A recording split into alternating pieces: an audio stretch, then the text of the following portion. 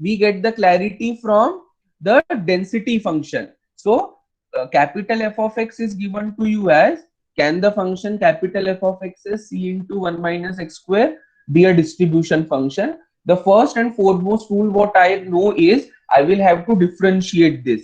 So if capital F of x is a distribution function, its corresponding density function is small f of x, and derivative of this capital F of x is going to be small f of x. So what is this small f of x? Small f of x is minus 2cx, derivative of 1 minus x square is minus 2x. So this becomes minus 2cx, the value lies between 0 to 1 and 0 otherwise. But I know that f of x is a density function which is always greater than or equal to 0. As here this is negative, c should also be less than or equal to 0, because when c will be negative, minus into minus will become plus. So accordingly now I will have to find out the value of this particular c. Now what is the other formula for finding out the value? We have to integrate it between the limits minus infinity to infinity, and that is equated with 1. Yes, we are all aware of this particular rule, that for a density function whatever is provided, it should be greater than or equal to 0, and for this particular quantity f of x greater than equal to 0, we get c less than 0, c less than or equal to 0. Why it is so? Because here we see that it is minus, and unless and until c is also negative, this whole quantity will never be positive. So for f of x greater than equal to 0, c will be less than or equal to 0. Now how to find out the value of c? The value of c can be found out by the next axiom. The axiom is minus infinity to infinity, the value for it will be minus infinity to infinity f of x dx is equal to 1. But I have the interval from minus infinity to 0, function does not exist.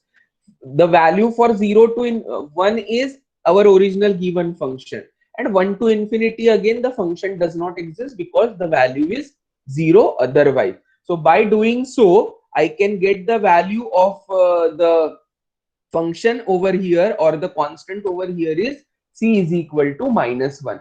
Once I get the value of c as minus 1, f of x will be what? 2x for 0 less than x less than equal to 1.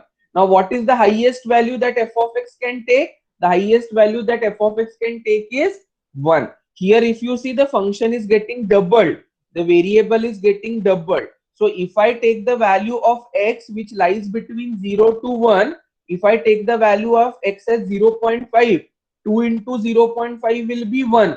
But the moment I exceed the value 0.5, suppose I take it as 0.6, I take it as 0.7, it will exceed the value 1. That is, f of x will be greater than 1, and which is not possible, which is impossible, as probability can never exceed 1. Therefore, I say that f of x is not a density function, and hence the corresponding distribution function which is provided to us is also not valid. So here what is my answer? That this capital F of x cannot be the distribution function, because for density function the value of c, after putting down the value of c, the density function does not hold for the value up to 1. It exceeds 1 if you change the value in the interval. So this is what the reference I was talking about in regard to the earlier example.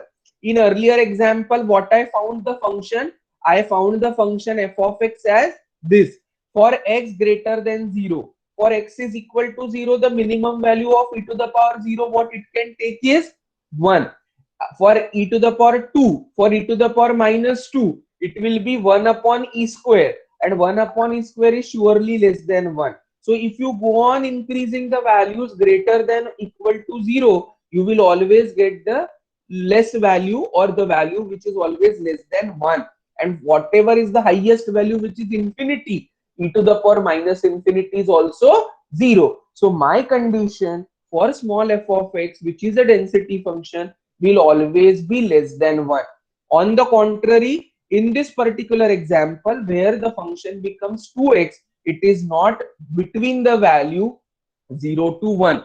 For the range 0 to 1, if you go beyond 0.5, the value of the density function exceeds 1, and which is not permissible because we know that probability is up to 1. So minutely you have to be careful in your calculations when you solve them properly. After finding out the derivative and calculation of C, you need to check whether the density function fulfills the given condition or not.